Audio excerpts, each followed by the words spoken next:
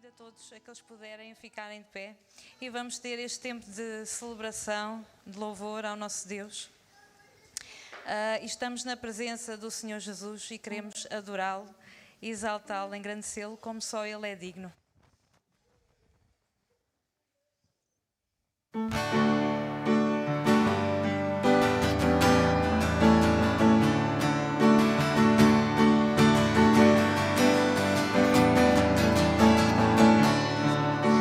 Jesus, em tua presença, reunimos-nos aqui, contemplamos tua face e rendemos-nos a ti, pois um dia a tua morte trouxe vida a todos nós e nos deu completo acesso ao coração do Pai.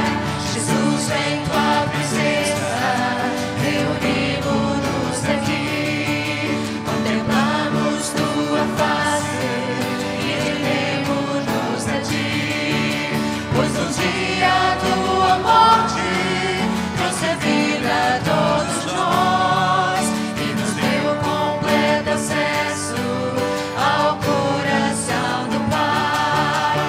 O véu que separava já não separa mais. A luz que outrora apagada agora brilha e cada dia brilha mais. Só pra te adorar e fazer teu nome grande, e te dar o louvor que é devido. Estamos nós aqui, só pra te adorar e fazer teu nome grande,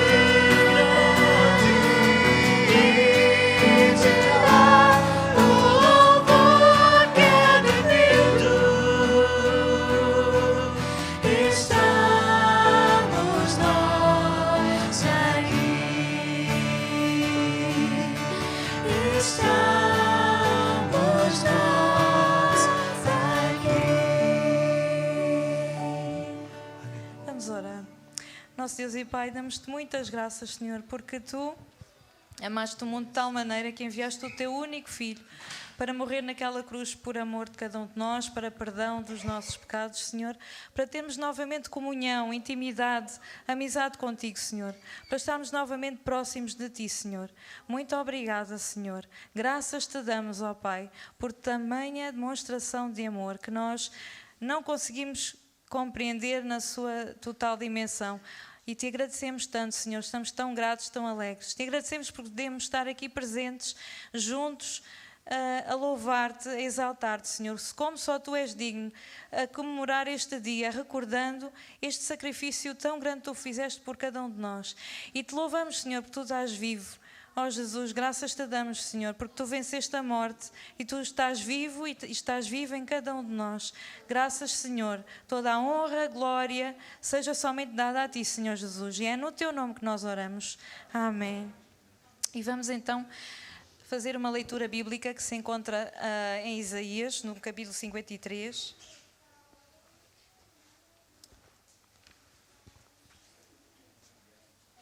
E vamos então ler alguns versículos deste capítulo, em que é a profecia que foi revelada ao profeta Isaías, que ele transmitiu ao povo, e é uma promessa que foi cumprida, não é? Este versículo fala do Senhor Jesus, fala do ungido, do Cordeiro, que foi sacrificado e que levou consigo as nossas transgressões. Então vamos ler primeiramente os versículos 4 a 7. E diz assim: certamente Ele tomou sobre si as nossas enfermidades e as nossas dores levou sobre si. E nós o reputámos por aflito, ferido de Deus e oprimido. Mas ele foi traspassado pelas nossas transgressões e moído pelas nossas iniquidades. O castigo que nos traz a paz estava sobre ele, e pelas suas pisaduras fomos sarados.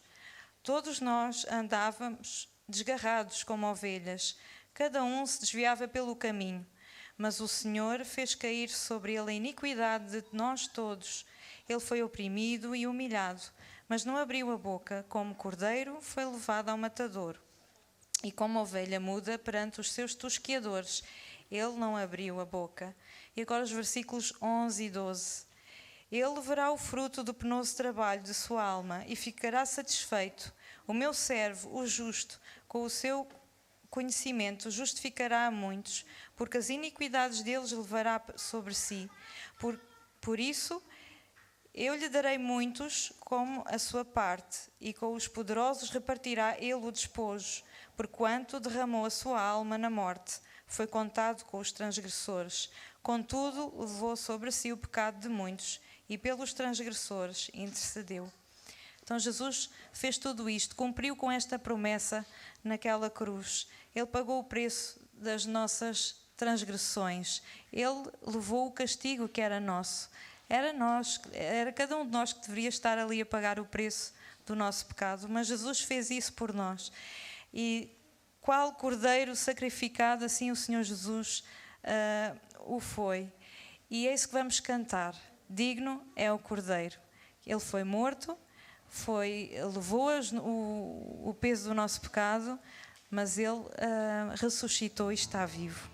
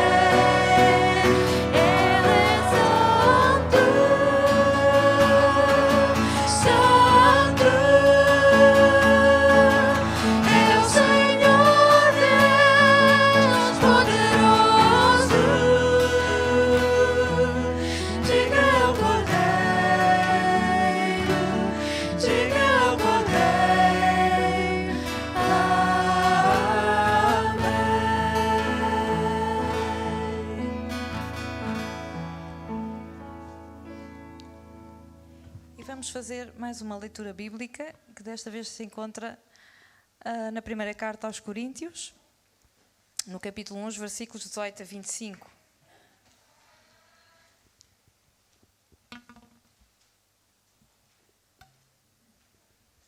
Esta passagem fala-nos da cruz que era vista, era um sinal de vergonha, porque a cruz era uma forma de castigo naquela época, e então quer para gentios, quer para judeus era um símbolo de vergonha. Mas o apóstolo Paulo está aqui a explicar que aquilo que parece loucura para os homens é sabedoria para Deus. Então ele diz assim: certamente a palavra da cruz é loucura para os que se perdem, mas para nós que somos salvos, poder de Deus. Pois está escrito: destruirei a sabedoria dos sábios e aniquilarei a inteligência dos instruídos. Onde está o sábio? Onde o escriba? Onde o inquiridor deste século? Porventura não tornou Deus louca a sabedoria do mundo? Visto como, na sabedoria de Deus, o mundo não o conheceu por sua própria sabedoria, aprova Deus salvar os que creem pela loucura da pregação, porque tanto os judeus pedem sinais como os gregos buscam sabedoria. Mas nós pregamos a Cristo crucificado, escândalo para os judeus, loucura para os gentios. Mas para os que foram chamados, tanto judeus como gentios, pregamos a Cristo, poder de Deus e sabedoria de Deus, porque a loucura de Deus é mais sábia do que os homens, e a fraqueza de Deus é mais forte do que os homens. Então, nós não temos vergonha deste sinal, deste símbolo da cruz. Para nós é um símbolo de amor, um símbolo de perdão, de reconciliação com Deus. E ao olharmos para a cruz só podemos sentir gratidão e muito amor e muita alegria por aquilo que o Senhor Jesus padeceu por nós naquela cruz. E então vamos cantar isso com este hino, Rua de Cruz.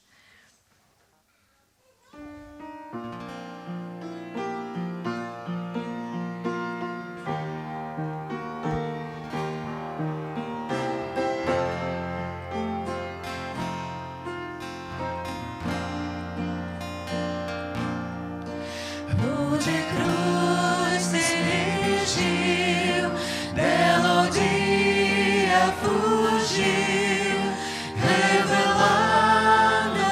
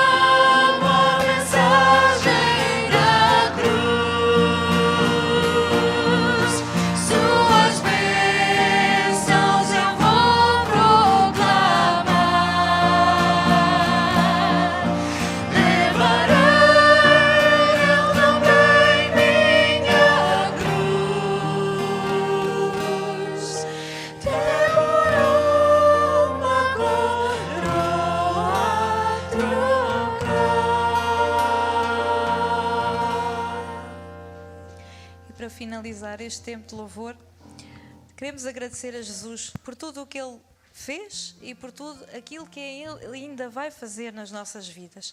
Então vamos já, pela fé, agradecer por todas as promessas que ainda estão por cumprir, as promessas que Ele nos deixa e que nos dá a cada dia, e com confiança, com fé, agradecer por aquilo que sabemos que Ele nos irá dar e que um dia Ele virá em glória para levar a sua amada igreja. Então, por tudo o que tens feito.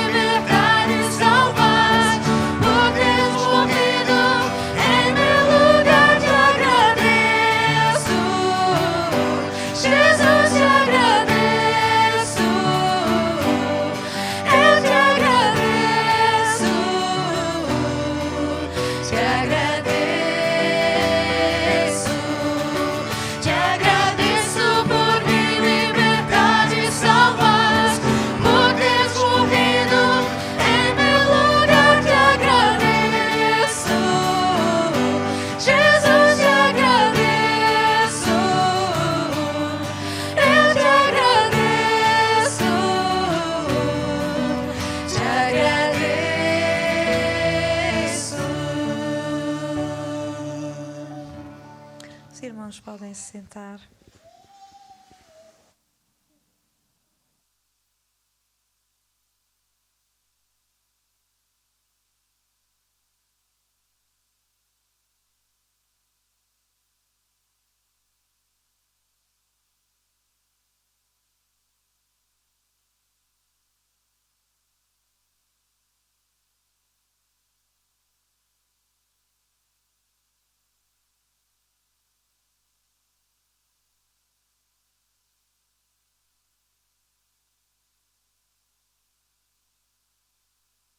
Estarmos juntos, agora estou a falar muito alto, bom estarmos juntos.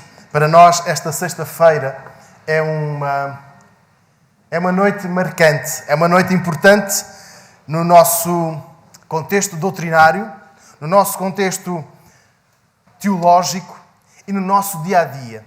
A Sexta-feira Santa é este marco histórico, é o dia que nós recordamos a chamada paixão de Jesus, o seu sacrifício em nosso lugar. E não pode a Igreja do Senhor Jesus, o povo que é governado pelo Senhor Jesus, não pode deixar passar este dia sem celebrar. E é muito bom nós hoje estarmos juntos, sentindo o prazer, a alegria em dizer te agradeço.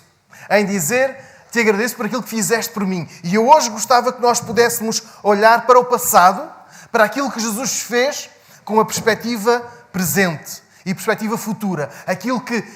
O que Jesus fez tem na nossa vida e terá no nosso futuro. O nosso perdão estava em jogo e Jesus conquistou para nós.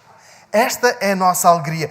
Recordemos as palavras de Jesus que tiveram impacto nas pessoas que lhe eram próximas, nas pessoas que presenciaram o seu sacrifício e o que essas palavras têm na nossa vida.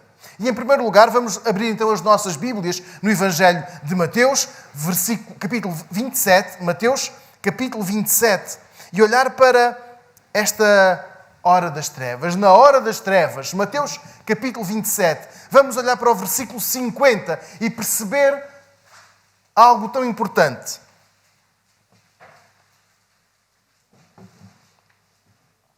Mateus capítulo 27, versículo 50. De novo bradou Jesus com grande voz e entregou o Espírito. Na hora das trevas, Jesus entregou o Espírito por nós. Nós hoje estamos reunidos por causa deste versículo 50. Nós hoje estamos aqui alegres por causa deste versículo 50. Nenhum de nós conquistou o direito, nenhum de nós conquistou o lugar junto do Pai, mas versículo 50. Jesus entregou o seu Espírito e entregou por cada um de nós. Se nós olharmos para o versículo 45, e como as máscaras abafam muito a nossa voz, eu posso ler em voz bem audível, Mateus capítulo 27, o versículo 45. E desde a hora sexta houve trevas sobre toda a terra e até a hora nona. Estamos aqui a falar de um período em que o dia ficou escuro. Não estamos a falar de um eclipse de longa duração. Não estamos a falar de um eclipse daquele fenómeno bonito que nós gostamos de recordar e gostamos de ver. Estamos a falar de um momento completamente diferente, fora daquilo que é o normal. Foi o período de trevas. A escuridão que se viveu durante este tempo esteve relacionada com o pecado. Todo o pecado da humanidade estava ali, na pessoa do Senhor Jesus. Todo o pecado estava a ser tratado, carregado por Jesus. E diz o versículo 50 que estamos a ler neste grito forte, profundo e intenso. Jesus entregou o Espírito. Estamos a ler o versículo 50? Não tenhamos confusão. Não façamos confusão, não nos deixemos confundir por algumas leituras difusas deste versículo 50. Jesus não se rendeu à evidência da morte. Jesus não baixou os braços como que a desistir. Não. Jesus não se deixou derrotar pela força do pecado. Ele entregou o seu Espírito ao Pai. E este versículo 50 leva-nos a bater forte este coração que estamos a ver projetado. Este batimento. Jesus entregou o seu Espírito por nós. Nós estamos a cantar. Te agradeço. Agradeço-te, Senhor, porque te entregaste em meu lugar. A missão de ensinar, a necessidade do arrependimento tinha terminado. Olhamos para todos os capítulos anteriores e Jesus ensinou sobre a importância do arrependimento. Jesus ensinou sobre a importância do perdão. A missão de resistir à tentação, àquela tentação de desistir. Estes são bons, aqueles, por eles eu não posso ir. São maus, não revelaram arrependimento, não aprenderam absolutamente nada do que lhes foi ensinado, então vou desistir. Não, Jesus também resistiu a essa tentação. Foi vencida. A missão de formar discípulos, quer pelas palavras, quer pelo exemplo, também tinha sido completa. Estava terminada. Faltava morrer. Faltava morrer por cada um deles. E agora, versículo 50. Jesus, com um grande brado, ou, como diz alguma tradução, num grande grito, entregou o seu Espírito. Jesus já tinha terminado a tarefa de ensinar. Já tinha terminado a tarefa de doutrinar. Enfim, Jesus tinha a sua tarefa quase completa. Até que no versículo 50, ele numa grande voz entrega o seu Espírito. Ao olharmos para o versículo 50, não escondemos, não omitimos que para Jesus todas estas etapas da sua missão foram dolorosas. Custaram, tanto fisicamente como emocionalmente.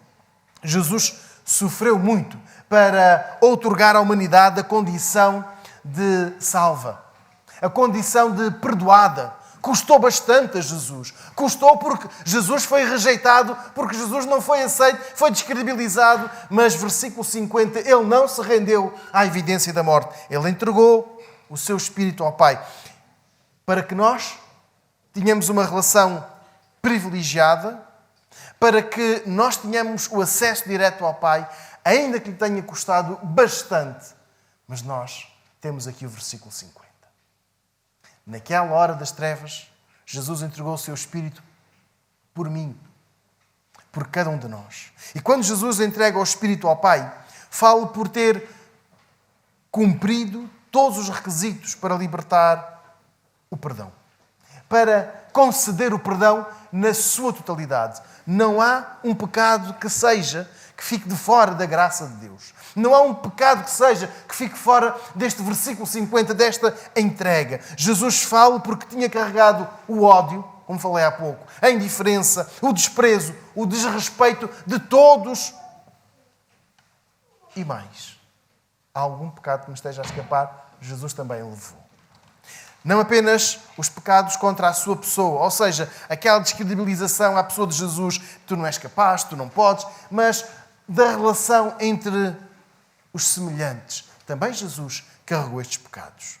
A missão de Jesus estava prestes a chegar ao fim. E naquele momento, versículo 50, ele entrega o seu espírito ao Pai. Porque é ao Pai que pertence a vida, o nosso ser interior. Jesus morreu por nós e é essa entrega que nós hoje celebramos. Uma entrega carregada de escuridão, e Jesus levou a nossa culpa, o nosso pecado, a nossa falha, o nosso desprezo, enfim, todos os nossos erros, Jesus carregou. Sabe, irmãos, o pecado dominou, reinou, imperou até à Sexta-feira Santa. Mas com Jesus, com esta entrega sacrificial, o pecado deixou de ser o Senhor. Então Jesus lava, com este versículo 50, entregando o seu Espírito, ele lava toda a escuridão em que nós nos encontrávamos, em que todo o mundo se encontrava. Jesus entregou-se por nós. Jesus entregou-se para nos perdoar. Jesus entregou-se para que tenhamos um acesso privilegiado ao Pai. E como foi doloroso para ele tudo isto. E como foi doloroso para ele sofrer o nosso pecado. Líamos há pouco o texto de Isaías, dizendo que ele levou os nossos pecados. Não os pecados dos outros, mas os nossos, os meus. Ele foi moído por causa dos meus pecados. E custou tanto. A morte de Jesus não foi mais aliviada, mais leve, porque ele é Deus. Custou. E a nossa celebração hoje deve ser de gratidão.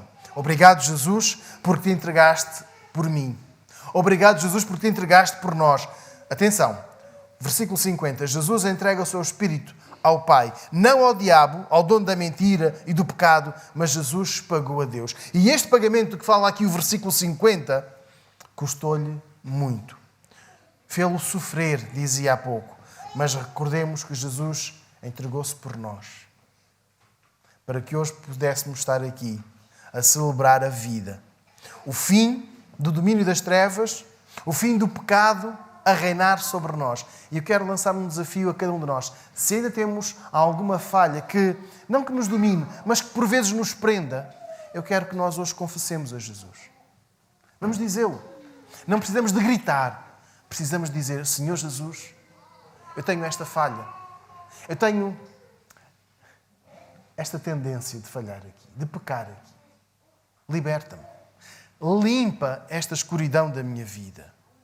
Nós queremos celebrar a morte expiatória de Jesus. Foi necessário, versículo 50, ele gritou em alta voz. E nós não precisamos hoje de gritar, porque Jesus já gritou. Nós não precisamos de ir a uma cruz, porque Jesus já foi. Nós não precisamos de pagar o preço do pecado, porque Jesus já pagou.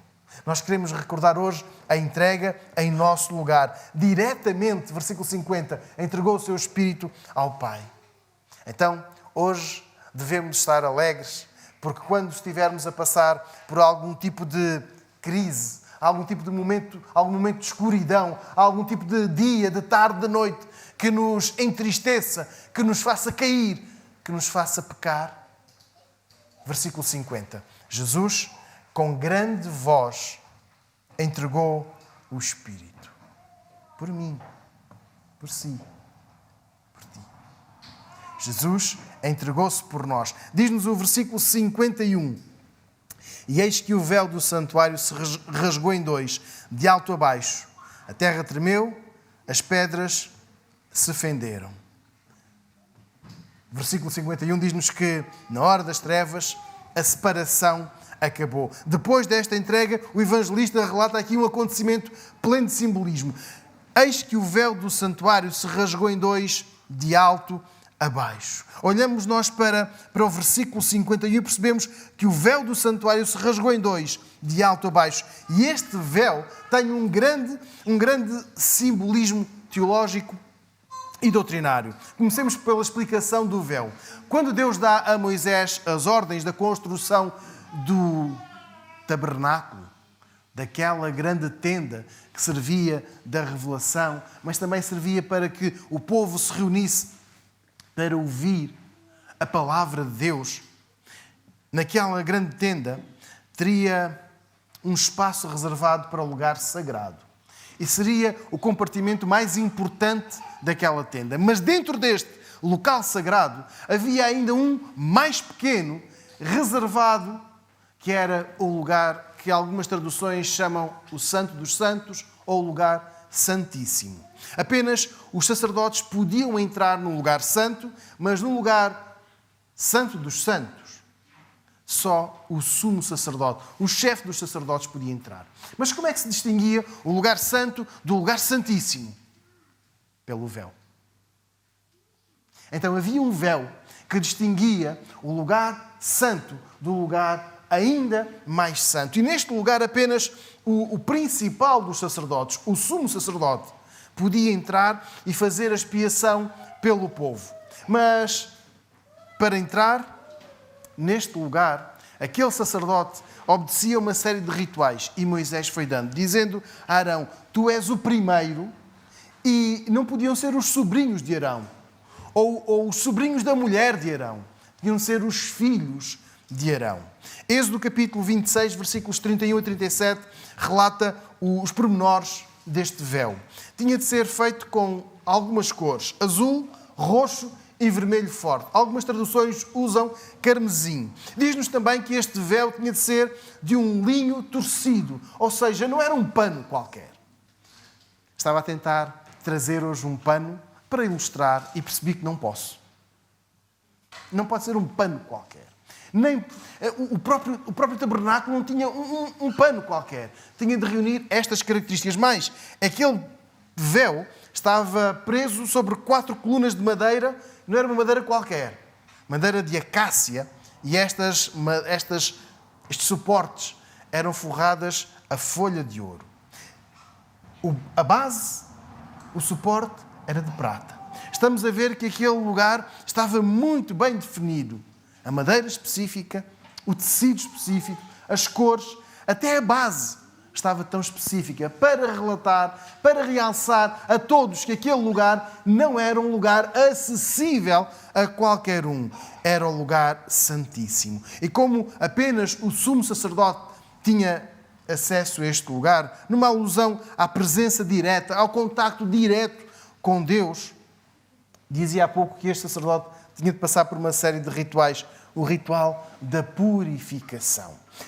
Este sumo sacerdote devia estar espiritualmente limpo, ou seja, não podia ter pecado. Não podia ter um pecado escondido. Ele tinha de confessar. Não era só uma questão de exterior. O banho não era apenas a roupa, mas era também o coração.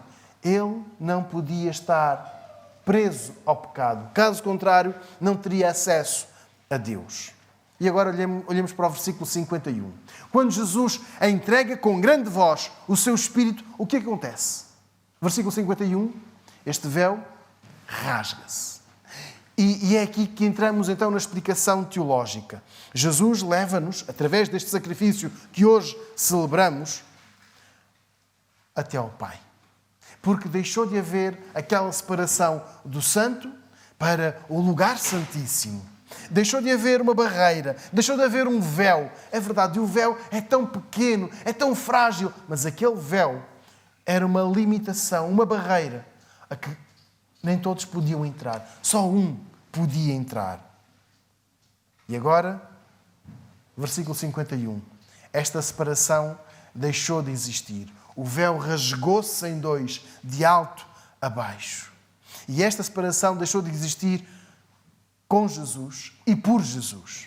Com o seu sacrifício, um sacrifício puro, um sacrifício perfeito, um sacrifício completo necessário e aceitável pelo Pai. Jesus abriu então a comunicação direta, sem barreiras. É este o significado deste véu rasgado. Nós não precisamos de alguém que leve as nossas orações, as nossas gratidões a Deus. Temos o acesso direto. Não precisamos de pagar a alguém para falar diretamente com Deus, porque nós podemos fazê-lo. Não precisamos de um intercessor humano. Alguém com falhas, alguém com pecado, alguém que tivesse de passar por um ritual de purificação para depois de falar com Deus, levar as nossas petições a Deus. Jesus terminou com o sacerdócio humano, aquele sacerdócio limitado, um sacerdócio pecaminoso, e agora inaugurou um sacerdócio perfeito, sem mancha, sem falha.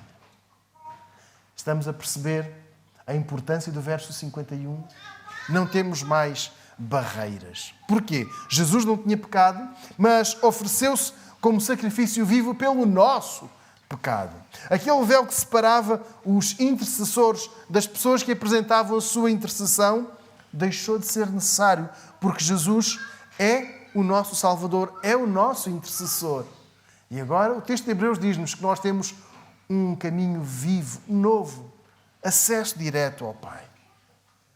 Nós não necessitamos de uma outra pessoa para nos perdoar, para nos salvar. Jesus já fez isto. E é perfeito.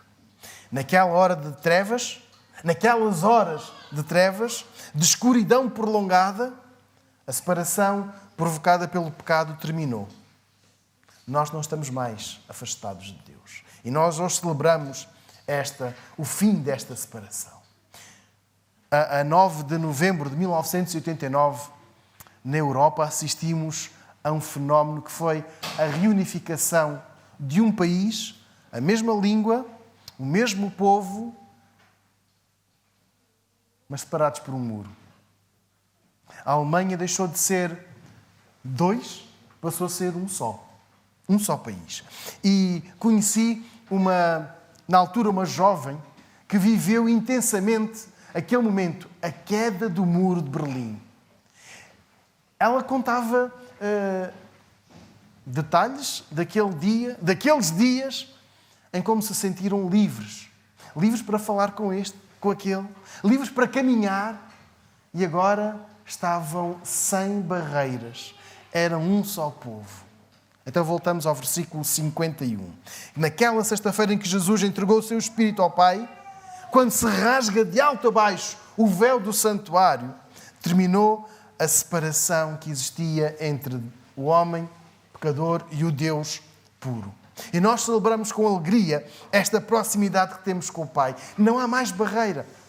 Podemos falar com o nosso Pai diretamente. Não precisamos de comunicar a Deus através de um intercessor, de dois, de três, de um maior, de um mais poderoso, que queremos falar com Ele. Podemos fazê-lo isso hoje. E esta união, o fim desta barreira, é-nos oferecida por Jesus, pelo sacrifício que Ele fez na cruz. E agora eu quero lançar um desafio a todos nós que aqui estamos. Algum de nós ainda não tomou esta decisão de fazer de Jesus o Senhor da sua vida? Se algum de nós ainda não tomou esta decisão, então que avance hoje. Se algum de nós sente que está alguma barreira a impedir a comunicação, o diálogo franco com Deus, então deixe cair esta barreira hoje. O que seja que impeça, que não permite que esta comunicação aconteça. Seja um problema de saúde, seja a tradição, seja uma questão familiar, seja uma situação muito particular, muito minha. Está na hora de permitir que Jesus rasgue. Está na hora de permitir que Jesus acabe com esta barreira. Queremos estar junto do Pai? Certamente. Então, vamos deixar que as barreiras sejam derrubadas pelo Senhor Jesus. Vamos entregar-nos a Ele. Verdadeiramente entregues a Ele. Mas gostava que lêssemos os versículos 52 e 53, que nos fala que na hora das trevas a vida regressou. Mateus 27, versículos 52 e 53. E os sepulcros se abriram, e muitos corpos dos santos que tinham dormido foram ressuscitados. e saem dos sepulcros, depois da ressurreição dele, entraram na cidade santa e apareceram a muitos. A vida voltou, ou a vida regressou. Estes 2 versículos descrevem o que mais nenhum dos outros 13 evangelhos vão relatar. O tremor de terra, versículo 51, onde as campas se abrem e diz-nos que os mortos ressuscitaram e que caminharam pela cidade de Jerusalém. Se isto acontecesse em Viseu, apanhávamos um tremendo susto. Porque o cemitério não é só aquele que fica longe. Temos aqui um bem perto da cidade. E era motivo de susto. Quando nós lemos o relato bíblico, temos de perceber o seguinte: sim, tem uma interpretação, tem um valor, mas isto aconteceu e vamos olhar para aquelas pessoas que estavam ali, que estavam, não só os discípulos que estavam com vergonha, outros que estavam arrependidos, os curiosos ou os acusadores, todos eles presenciaram este momento. E que tremendo susto. Versículo 51, 52. Fala-nos aqui deste tremor da terra. Fala-nos aqui versículo 52, os sepulcros abertos. Muitos corpos dos santos que tinham dormido foram ressuscitados. E versículo 53, a vida voltou à cidade. A vida regressou depois da hora escura. A vida regressou depois das trevas. E foi necessário o sacrifício de Jesus, a sua morte, o carregar dos pecados, a entrega do seu Espírito, versículo 50, a entrega do seu Espírito ao Pai, para que a humanidade tivesse vida, para que a vida regressasse a Jerusalém. Claro que já existiam vivos, e há pouco estávamos a olhar para alguns, os soldados, os discípulos, os acusadores, enfim, a vida estava lá. As pessoas eram vivas, estavam vivas em Jerusalém. Mas o regresso dos santos, estamos a ler? Os corpos dos santos apareceram a muitos. Tem um significado, uma interpretação, o regresso da vida. Foi um pequeno aviso para o que iria suceder no domingo. E domingo de manhã estamos todos convocados para às 7 horas estarmos no Monte Santa Luzia. Sabem onde fica? Sabem, não sabem? Eu já sei. Então vamos lá estar, domingo às 7, e vamos estar a celebrar a ressurreição. E agora imaginem, este foi apenas um aviso do que iria acontecer no domingo. Estas pessoas tinham morrido. E não adianta dizer, agora especular, porque o texto bíblico não fala. Portanto, não vamos inventar se tinham morrido há pouco tempo, há muito tempo, ou que tipo de morte. O que sabemos é que após a morte de Jesus, após o versículo 50, após o versículo 51, o véu rasgar-se, após aquele momento de trevas, de grande escuridão, eles voltaram à vida. A ressurreição é provavelmente o milagre mais difícil de explicar. Para quem estudou saúde e para quem está a trabalhar na área da saúde, o milagre da ressurreição traz imensas questões. Perguntamos de imediato o que aconteceu à alma. Como é que a pessoa se sentiu? Que danos sofre o corpo, nomeadamente o seu cérebro, após a morte? Temos visto nos últimos 22 anos, como a tecnologia avançou tanto que basta que uma pessoa tenha um pequeno congestionamento na circulação sanguínea para ficarem sequelas no cérebro. E quando a pessoa morre, como é? Sinceramente, é algo que nós não conseguimos explicar, e ainda bem.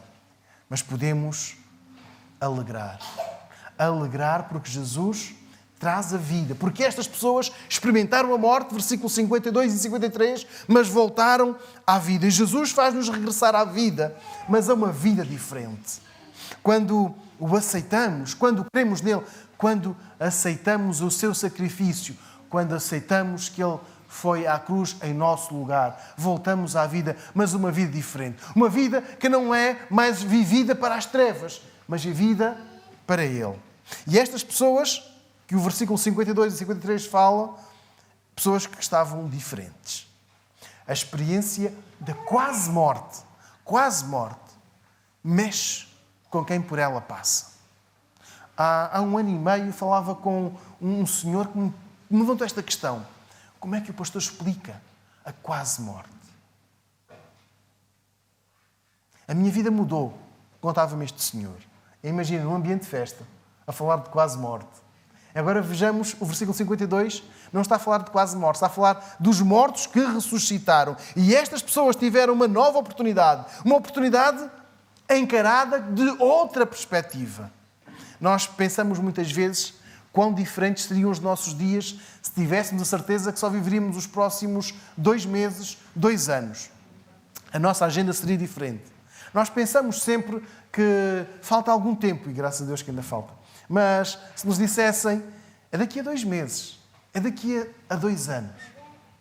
Eu acredito que alguns de nós encarariam esta experiência como transformadora, de procurarem alguém, uma pessoa com quem estivéssemos ou estejamos de relações cortadas. E iríamos procurar, acredito que sim, fazer o possível e o impossível para estarmos bem com estas pessoas.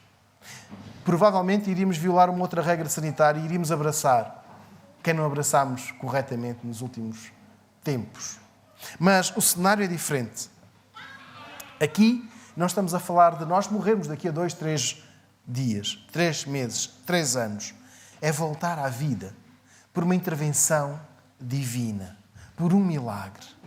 E dizia há pouco, rever pessoas, tomar a oportunidade e novas decisões, enfim, um sem número de momentos tão diferentes que melhorariam os nossos últimos dias de vida. Mas estas pessoas estavam a viver uma nova vida.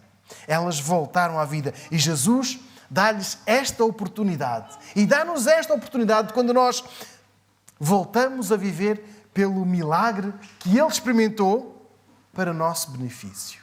Nós temos uma nova vida. Não necessitamos de morrer fisicamente, necessitamos de morrer para a carne, para o pecado. Precisamos de entregar a nossa vida por completo ao vencedor sobre a morte, para termos uma vida limpa. E regressar à vida é muito mais do que acordar a cada manhã. Há pouco perguntava ao irmão Gentil como estava o joelho dele. É sinal de que está vivo. Sente, dói, o joelho dói. Às vezes estala um bocadinho mais e... Para os mais novos não sabem o que isto é. Nós não sabemos o que isto é. Mas alguns ainda vão fazendo assim um toque para ver. Dói, estou vivo.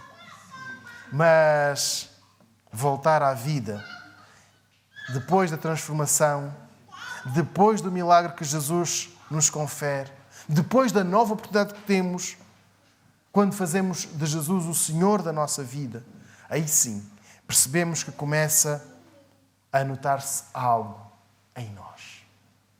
Começa a notar-se a alegria, a gratidão e começa a notar-se o perdão. E hoje é dia de perdoar. A Sexta-feira Santa, é a celebração do perdão sobre todos nós. E é o dia para nós avançarmos também para o perdão. E eu pergunto, já voltámos à vida? Já voltou à vida? Tem sido agradecido? Tem vivido uma vida de gratidão a Deus? Porque foi perdoado? Porque está perdoado? Tem vivido uma vida de alegria? Porque está perdoado? E eu pergunto, temos perdoado? Temos avançado para o perdão? Então, estamos a viver uma alegria por aquilo que Jesus já fez em nós. E temos de viver essa alegria num bom testemunho, na fé, na gratidão e no perdão. Viver debaixo da graça de Deus é viver com a certeza de sermos perdoados, mas é também com a certeza de perdoarmos os outros. Uma vez disse aos irmãos que o perdão não é para ser guardado, ficar tão bem guardado que nós não conseguimos aceder a ele. O perdão é para ser vivido, é para ser experimentado. Dar-nos um bom testemunho de que regressámos à vida, de que estávamos mortos, mas que com o sacrifício de Jesus nós hoje estamos vivos e percorremos a cidade, não como mortos vivos, mas como vivos vivos. Vivos alegres, vivos gratos, vivos perdoados e que perdoam. Quero desafiar a que possamos deixar as trevas e avançar para o perdão. Irmãos, já está a fazer tarde, vamos terminar lendo o versículo 54 e perceber que na hora das trevas, ou nas horas de trevas, alguém reconheceu a divindade de Jesus. Mateus, capítulo 27, versículo 54. Ora, o centurião e os que com ele guardavam Jesus, vendo o terremoto e as coisas que aconteciam, tiveram grande temor e disseram: verdadeiramente, este era Filho de Deus. É na hora das trevas que alguém reconhece a divindade de Jesus.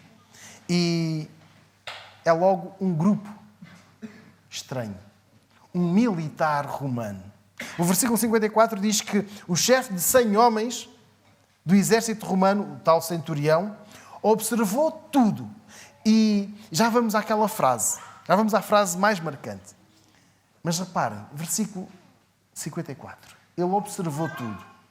Ele observou o suspiro de Jesus, ele observou o tremor de terra, ele observou o véu rasgado, ele observou os mortos, ele observou todos aqueles fenómenos. E qual é a conclusão que ele chega?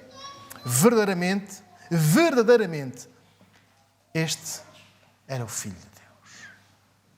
Não estava a falar dos outros dois que estavam com Jesus. Não estava a falar de Pilatos. Não estava a falar do sumo sacerdote. Não estava a falar de Barrabás, que se livrou da morte à última da hora. Ele estava a falar de Jesus. Esta afirmação causou grandes embaraços aos contemporâneos de Jesus. Este é verdadeiramente o Filho de Deus. Porquê? Porque Jesus, ao longo do seu ministério, teve um conflito, teve choques, teve zangas fortes. Porque Jesus se apresentava como o Filho de Deus. Até mesmo a sua família, a mãe e os irmãos, pensavam que algo muito errado estava com Jesus. João, capítulo 7, versículo 5. Alguém pode ler, por favor, Evangelho de João, capítulo 7, versículo 5.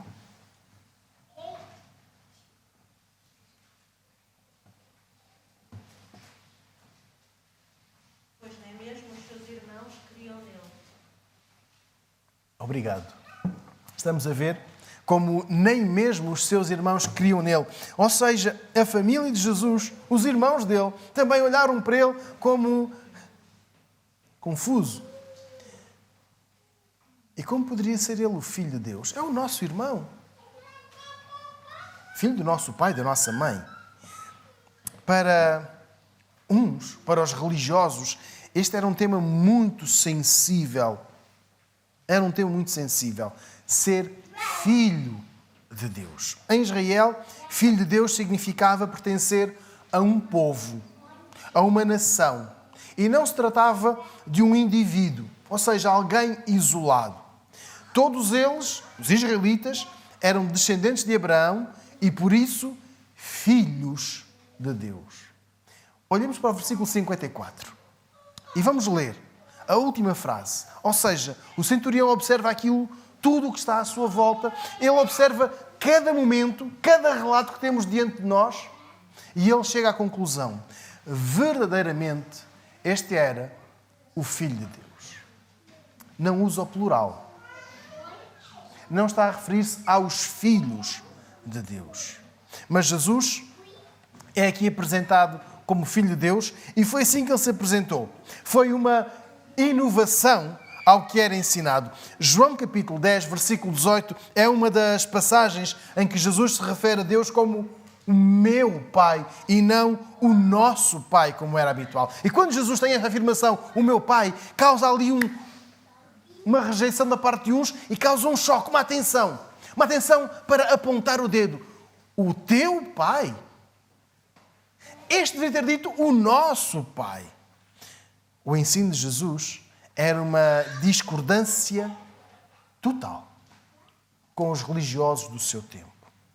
Houve outros que acusaram Jesus de estar ao serviço do diabo. Então disseram que era assim que ele conseguia expulsar os demónios. Está em Mateus, no capítulo 12, versículo 24. Mas olhando para esta afirmação do centurião, verdadeiramente este era o Filho de Deus, eu gostava que pudéssemos ir até João, no capítulo 3. Quando Nicodemos vai ter com Jesus, à noite, ele vai ter com Jesus e diz que tu tens algo de diferente. E o que tens tem de vir da parte de Deus. João, capítulo 3, versículo 2. Mas Nicodemos não confessa a divindade de Jesus. Reconhece que ele é superior a todos os outros mestres, incluindo o próprio, porque ele tinha um toque divino. Agora olhemos para o versículo 54.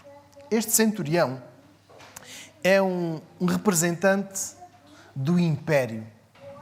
o império opressor, não do império amigo, não daquele império que vem libertar a nossa nação, o nosso povo de outro império mau e que nos diz, nós só viemos libertar-vos, agora vocês estejam à vontade, escolham os vossos líderes. Não, o Império Romano entrou e foi impor a sua lei, impôs os seus impostos, impôs a sua vontade. E este homem, o centurião, tinha práticas e crenças completamente distantes do judaísmo. Para este homem, que existiam várias divindades, vários deuses, a sua obediência, em primeiro lugar, era devida ao imperador. Portanto, este homem, ao preferir esta afirmação, verdadeiramente este era o Filho de Deus, está a ir contra aquilo em que ele cresceu, em que ele foi ensinado e em que ele acreditou ao longo da sua vida. É ele que diz, verdadeiramente, este era o Filho de Deus. Quando nós olhamos para Mateus, no capítulo 16, versículo 16, quando Pedro confessa Jesus como o Filho de Deus vivo, temos uma afirmação assim, forte. Também em Marcos, no capítulo 10, versículo 47, aquele cego clamou, Filho de Davi, tem compaixão de mim. Quando olhamos para a afirmação, quer de Pedro, quer daquele cego, percebemos que Pedro tinha muito melhores condições do que este militar romano para reconhecer a divindade de Jesus, até porque ele estava ali, ao lado de Jesus. Pedro tinha sido criado no judaísmo, Pedro conhecia as Escrituras e Pedro estava com Jesus. Até mesmo podíamos pensar numa das pessoas que beneficiou dos milagres de Jesus. Pensemos numa daquelas pessoas que foi alimentada pela multiplicação dos pães e dos peixes. Pensemos numa das pessoas que esteve naquele casamento em Canaã, que bebeu aquele vinho tão bom, que devia ter sido à entrada, não no fim. Enfim, outro milagre de Jesus que tenha tocado vidas, tenha transformado. Podia uma dessas pessoas dizer, este homem é o Filho de Deus. Mas quem o fez? Quem preferiu esta afirmação do versículo 54? Foi um homem atento aos acontecimentos. E relacionou-os com Jesus. O tremor da terra, a abertura dos sepulcros, a ressurreição dos mortos, o véu rasgado, tudo no momento das trevas. Enfim, para aquele militar romano, só Jesus podia ser o Filho de Deus. Este homem só pode ser o Filho de Deus. Então eu quero que voltemos ao versículo 54. Quero que voltemos à condição de observadores. Observadores em função de Jesus. Sabemos ler o que nos está a acontecer em Jesus. A necessidade de perdão. A nova vida que Ele traz. A transformação que outras pessoas experimentaram só podem atestar a divindade de Jesus. A validação do seu sacrifício em nosso lugar. E por isso, nós, nesta sexta-feira, estamos a adorar, estamos a glorificar ao nosso Salvador. Nós temos vivido meses muito confusos. Temos tido alguma confusão por parte de algumas pessoas que tentam forçar acontecimentos que estamos a ter às suas crenças e depois pegam em textos bíblicos e dizem, é assim. Não olham primeiro para Jesus, não observam tudo em função daquilo que Jesus é, mas levam para a sua convicção. E eu gostava que nós pudéssemos fazer o versículo 54. Primeiro olhar, observar muito bem tudo o que nos acontece e depois ir verificar a Jesus. Tem cabimento? Aquilo que nós dizemos está validado por Jesus? Cuidado com o que partilhamos, com o que vemos. Cuidado se estamos a ir à fonte certa. Eu vou já dizer-vos, a fonte certa é a Bíblia. A fonte certa não é o pastor. Os livros que o pastor escreve.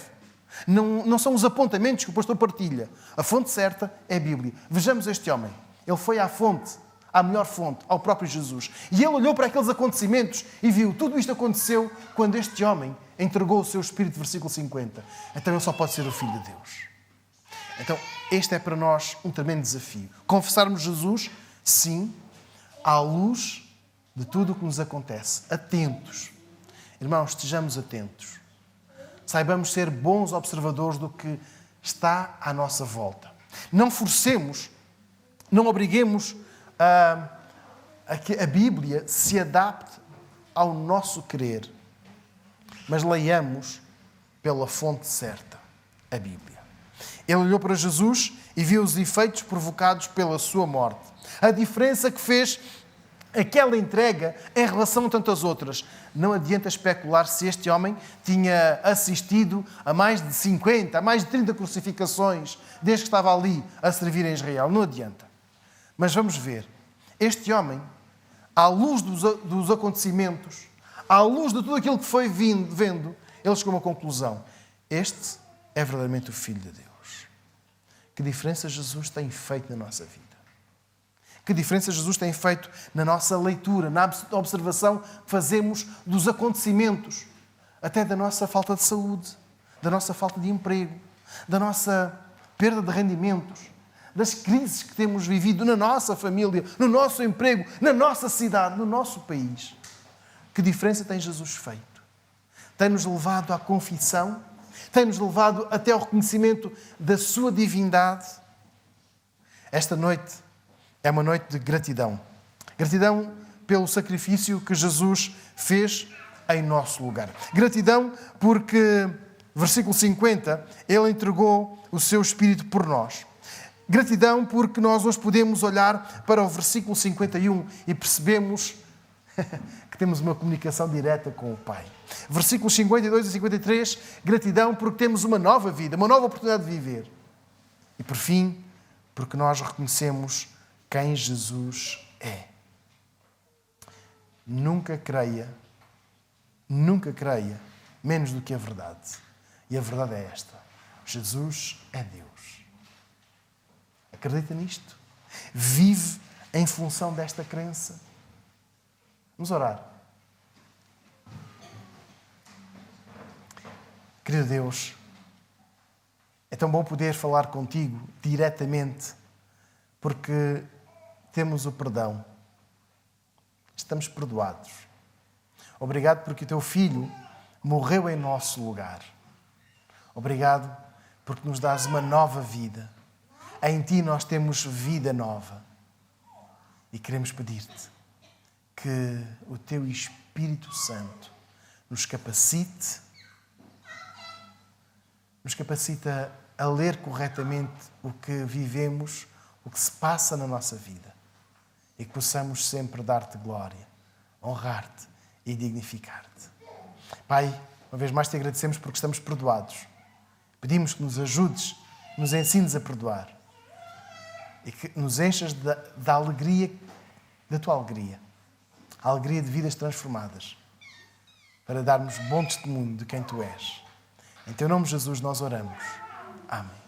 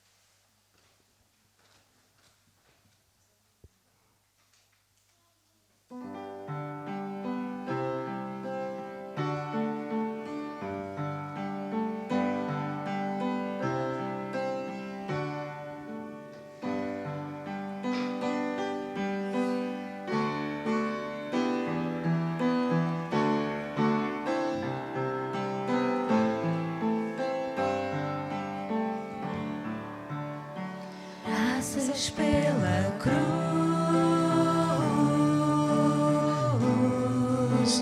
pelo preço pago ali, meu pecado suportou por ser